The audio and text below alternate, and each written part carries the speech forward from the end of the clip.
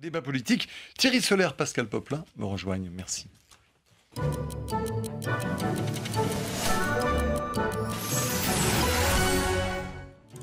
Messieurs, bonjour. Pascal Poplin, vous êtes député PS des Hauts-de-Seine, député UMP des Hauts-de-Seine. Thierry Solaire. Seine-Saint-Denis, moi. Ah, Seine-Saint-Denis, oui, bah, vous voyez. Bon, c'est en Ile-de-France. Il est jolie cravate. Oui, ça nous... C'est la métropole du Grand Paris.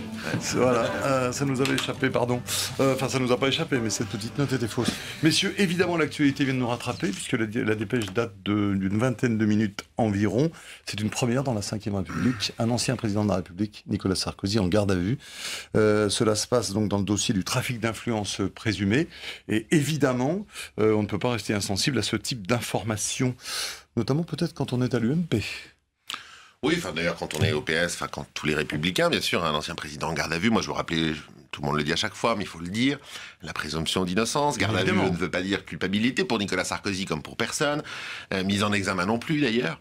Voilà, alors ceci étant dit, moi je fais partie des gens qui pensent qu'il n'y a pas deux justices, une justice de gauche et une justice de droite. Donc moi je fais confiance à la justice de mon pays. Et voilà, Nicolas Sarkozy est présumé innocent dans cette affaire dont je ne connais rien d'autre que ce que je lis dans les journaux. Et s'il est innocent, il sera innocenté. Et s'il est coupable, il sera condamné. Ceci étant dit, le seul débat, moi, qui m'importe, c'est le débat sur les mises sur écoute. J'ai vu ce qu'a dit notamment le bâtonnier de Paris, qui avait été reçu par le président Hollande à cette occasion. Je vois le nombre de gens qui sont mis sur écoute. Je pense qu'il faut un peu plus peut-être encadrer cela. Alors, je sais que c'est une loi qui est assez récente, qui permet d'étendre les dispositifs de mise sur écoute téléphonique, mais l'idée qu'on puisse pendant plus d'un an d'affilée être sur écoute téléphonique et que notamment même les conversations qu'on peut avoir avec son avocat puissent être écoutées n'est pas, je trouve, sans poser problème, quoi. Voilà, je trouve qu'il y a... Je connais pas le chiffre exact, d'ailleurs, je ne sais pas si quelqu'un le connaît, mais on parle de nombre d'écoutes tout à fait absolument incroyable. Pascal Poplin. Oui, d'abord, moi, je ne me réjouis pas de ce type d'affaires, parce que c'est jamais bon pour la démocratie, qui est par ailleurs fragilisée dans la période. En même temps, je pense que les responsables politiques doivent faire preuve de retenue dans le commentaire, parce qu'on est dans des procédures qui, comme l'a dit Thierry Solaire, suivent leur cours de manière normale et il n'y a pas de justice. Et si Nicolas Sarkozy avait commis l'une des infractions ou l'un des délits qui lui sont reprochés dans les nombreuses affaires où il est actuellement cité, eh bien, ce serait normal qu'il fasse l'objet d'une condamnation. Voilà. Après, moi, je voudrais surtout dire un mot sur ce que François Hollande avait appelé, pendant la campagne des élections présidentielles, la République exemplaire. Parce que je pense qu'il y a une confusion sur ce sujet. La République exemplaire, ça ne veut pas dire que tous les citoyens de la République sont exemplaires.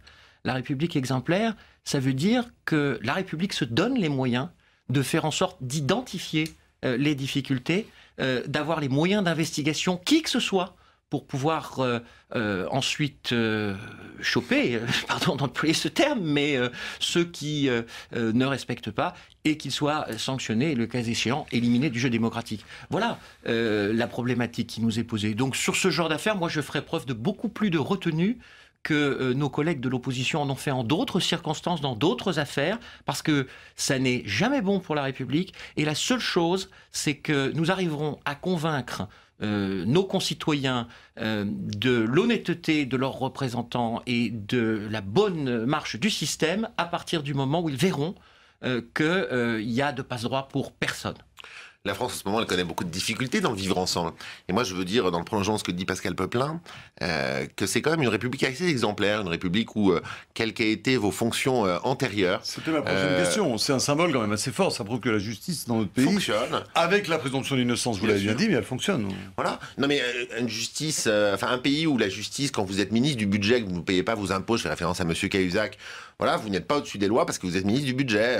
Vous avez vous-même fraudé les impôts, ce qui est manifestement son cas. Bah, vous devez rendre des comptes. Non, pas vous, pardon, Monsieur Cahuzac. Voilà, il n'y a pas de gens, vous voyez, qui sont au-dessus des lois. Après, il faut prendre garde au sentiment de l'amalgame. Moi, j'entends, vous voyez, en venant ici, chauffeur de taxi qui m'emmène me dit oh là là, c'est quand même incroyable, ils feront tout pour empêcher Nicolas Sarkozy de revenir. Voilà, faut lutter contre ça. Moi, j'ai fait de la pédagogie autour de ça. Je lui ai expliqué qu'il n'y avait pas une justice de gauche et une justice de droite. Mais il faut faire attention à l'instrumentalisation de la justice par la politique. Et quand je lis des articles dans une presse souvent assez orientée contre le gouvernement, j'en conviens, qui dénoncent des cabinets noirs, qui travailleraient à plein temps pour essayer de faire sortir des affaires. Moi, je veux juste rappeler que dans cette affaire qui vaut aujourd'hui à Nicolas Sarkozy d'être entendu à la police judiciaire à Nanterre, tout ça part de l'affaire Bettencourt, où il avait déjà été convoqué et où il avait été complètement disculpé.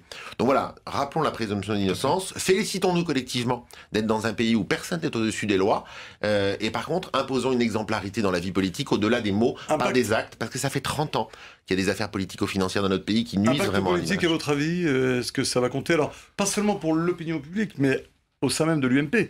Quand va se jouer la présidence de l'UMP, est-ce que cette succession d'affaires, s'il y en a d'autres derrière, puisqu'on sait qu'il pourrait être entendu dans d'autres affaires, est-ce que ça peut troubler sa marche en avant pour prendre le pouvoir à l'UMP, à votre avis? Parce qu'il y a déjà des voix qui s'élèvent. Moi, je vais vous dire les choses simplement. Moi, je soutiens Bruno Le Maire à la présidence de l'UMP parce que je pense que la droite française, au-delà des uns et des autres, a besoin d'un renouveau dans ses pratiques et aussi dans ses propositions politiques, parce qu'on ne fera pas ce qu'on a fait de 2002 à 2012, sinon ça serait trop simple. Donc moi, je ne veux pas être dans une logique d'instrumentalisation du tout. La vraie affaire qui touche pour le coup ma famille politique, c'est l'affaire Big Malio, dont on voit tous les jours un peu plus dans la presse les contours se dessiner, où il y a eu manifestement un système qui a permis de payer des fausses factures. On en voit un peu de partout aujourd'hui qui sortent. La justice, elle est saisie, elle dira le droit. Et moi, comme reprenant l'expression de Pascal Popelin à l'instant, moi je souhaite que ceux qui seront condamnés, donc qui seront coupables, c'est pas à moi de dire qui, c'est à la justice de le dire, ils quittent la vie politique. Alors je sais que constitutionnellement parlant, on ne peut pas empêcher à quelqu'un qui a été condamné pour des faits d'enrichissement. Les Français n'ont rien contre ceux qui ont été condamnés, on le voit dans certaines élections municipales notamment, dans les Hauts-de-Seine justement. On a vu ça dans les Hauts-de-Seine, des gens qui au niveau local ont pu avoir mal à partir avec la justice et qui sont pour autant plébiscités. On a vu ça dans le sud de la France aussi, parce que voilà, les gens parfois sont contents de la manière dont leur ville est gérée. Mais c'est pas des gens, moi non je parle, c'est des partis politiques. Moi j'attends que l'UMP ne donne plus l'investiture à des gens qui ont été condamnés par le passé pour des faits d'enrichissement personnel. Parce que c'est grave et que ça participe d'un discrédit de la vie politique. L'absence d'exemplarité, c'est pas la seule cause du vote Front National ou de l'abstention massive des Français. C'est bien sûr le chômage, les déficits publics, l'impuissance publique. Mais l'absence d'exemplarité... On revient à l'autre actualité. Oui, quand même, peut-être, parce que l'absence d'exemplarité, il faut se donner les moyens de faire en sorte qu'elle n'existe plus. Et je voudrais simplement rappeler que ce gouvernement et cette majorité a fait voter la loi de transparence de la vie publique, dont on voit qu'elle produit ses premiers effets, et que sur la question de savoir comment travailler... Vous parlez du fait que votre ministre des Relations avec le Parlement a sous-estimé de 700 000 € son patrimoine. C'est ça le premier effet de la loi. Je parle du fait que toute personne qui essaie de tricher, on se donne les moyens de pouvoir l'identifier, qu'on a les moyens d'investigation de le faire et qu'on a derrière tous les dispositifs qui permettent d'éviter ce genre de situation. Et puisque on évoquait la manière dont travaillent les juges, je voulais aussi rappeler la loi du 23 juillet 2013 qui a consacré l'indépendance des parquets et l'interdiction pour le garde des Sceaux, quel qu'il soit, de donner des instructions individuelles dans des dossiers. Alors on revient à la politique plus actuelle avec cette nuit à l'Assemblée nationale. Le report du vote, donc Christian Eckert l'a annoncé, report du vote notamment par rapport à des amendements qui provoquaient une CSG progressive.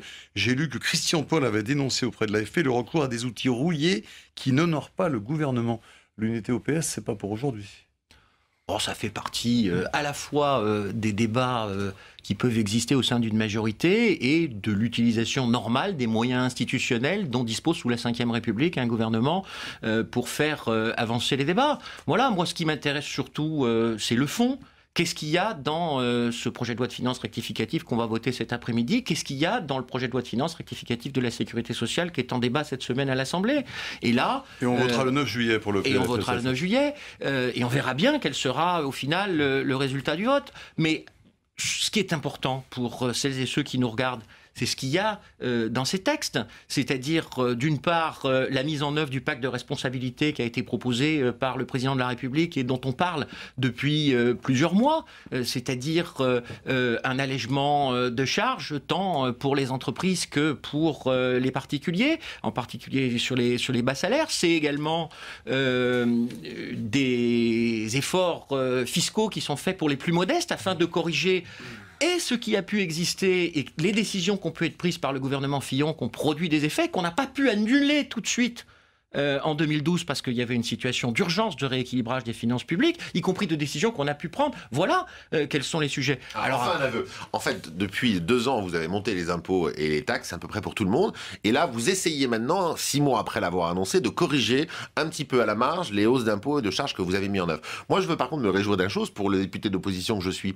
Moi, j'ai réussi à faire voter, c'est une première pour moi depuis 2 ans à l'Assemblée nationale, un amendement contre l'avis du gouvernement. C'est quand même formidable. Sur le tabac. On a, avec Laurent Grandguillaume, votre collègue socialiste, déposé un amendement qui impose aux fabricants de tabac la traçabilité des produits du tabac. C'est pour lutter contre tous les trafics divers et variés. Je comprends pas pourquoi le gouvernement s'y oppose. Bah écoutez, au moins le mérite des frondeurs, c'est que maintenant, de temps en temps, dans l'intérêt général, on arrive à faire passer des amendements contre l'avis du gouvernement qui deviennent la loi. Il est vrai que cette attitude qui est de pousser le débat jusque dans l'hémicycle alors qu'il a été tranché de manière claire devant le groupe, permet ce genre de choses, c'est-à-dire des majorités un peu hétéroclites où on trouve la gauche qui se prétend plus à gauche que la gauche voter avec la droite. Mais simplement, ce que je veux vous dire par rapport à ce que vous avez indiqué tout à l'heure, c'est que oui, effectivement, vu la situation des finances publiques que nous avons trouvée en mai 2012 lorsqu'il y a eu ce changement de majorité, vu l'état extrêmement délabré des finances, vu la fuite en avant de la dépense publique, dans un premier temps, pour pouvoir stabiliser la situation, il a fallu, et ça n'est jamais un plaisir... oui, parfaitement. Mais vous avez vu le chiffre de la dette, 2000 milliards de dettes de plus. Arrêtez de dire n'importe quoi sur le sujet. Vous savez très bien qu'il y avait 140 milliards de déficit des finances publiques et qu'on l'a ramené à 75 milliards. Et tant qu'on n'aura pas... Mais excusez-moi, mais d'où nous partions? 5,3% de déficit... Entre juin 2012 et aujourd'hui, 450 000 chômeurs de plus. Vous n'avez pas stabilisé le chômage. Mais on parle des finances publiques, là. 2000 milliards de dettes de plus. 5,3% de déficit public en 2011.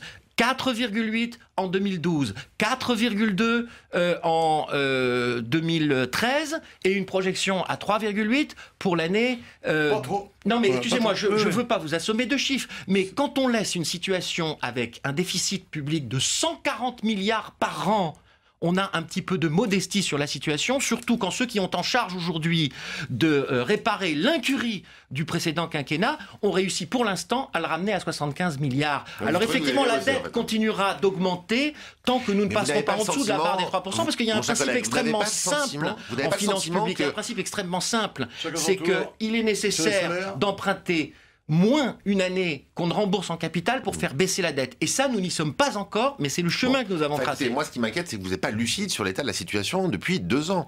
Que la situation a été difficile il y a 2 ans, ça c'est évident. Mais le problème, c'est que vous n'avez pas conscience que vous êtes en train juste de faire l'inverse de ce que vous avez fait pendant 2 ans. Et tous ceux qui nous écoutent, les artisans, les commerçants, les professions libérales, personne ne pourrait avoir une stratégie de pendant 2 ans faire quelque chose, puis après 2 ans faire l'inverse. Il n'y a absolument aucune absence de cohérence dans ce qu'on a fait. Faites preuve d'un peu d'humilité. Vu les résultats qui ont été ceux de votre majorité, vu l'état dans lequel était l'économie française. Je suis élu depuis 2 ans. Moi aussi, je suis député depuis 2 ans. Je ne m'abstrais pas pour autant de ce qui a pu être fait par le passé. 450 000 chômeurs de plus depuis 2 ans, 2000 milliards de dettes de plus, et aujourd'hui, on a un gouvernement qui nous dit qu'elle va détricoter la loi. 2000 milliards de dettes de plus, mais comment comptez-vous? Non, pardon. On a atteint 2000 milliards de dettes. Une augmentation de la dette absolument incroyable. Oui, mais c'est incroyable comme augmentation. Je vous l'explique, à chaque fois que vous avez un déficit, vous augmentez la dette, tout le monde peut comprendre ça. Vous changez de Premier ministre, alors qu'il était déjà au gouvernement, et il détricote ce qu'a fait le précédent. Là maintenant, c'est la loi Allure. On nous annonce qu'on va changer la loi Allure que le gouvernement précédent de M. Ayrault avait mise en œuvre. Mais pas du tout. Et messieurs, il est temps pour moi de vous remercier, car on avait beaucoup de choses à se dire ce matin. Je terminerai juste en disant que le PS en perd presque son humour, puisque Bruno Le Roux avait fait un petit peu d'humour avec l'équipe de France qui gagnait. Il avait dit qu'elle est belle, cette équipe de France, sans ses frondeurs. Ça n'a pas été apprécié, puisque Jérôme Gage a exigé des excuses. Voilà. Oui, mais je trouve que Bruno Le Roux a de l'humour et que d'autres en manquent, singulièrement. Eh bien, c'est dit. Merci.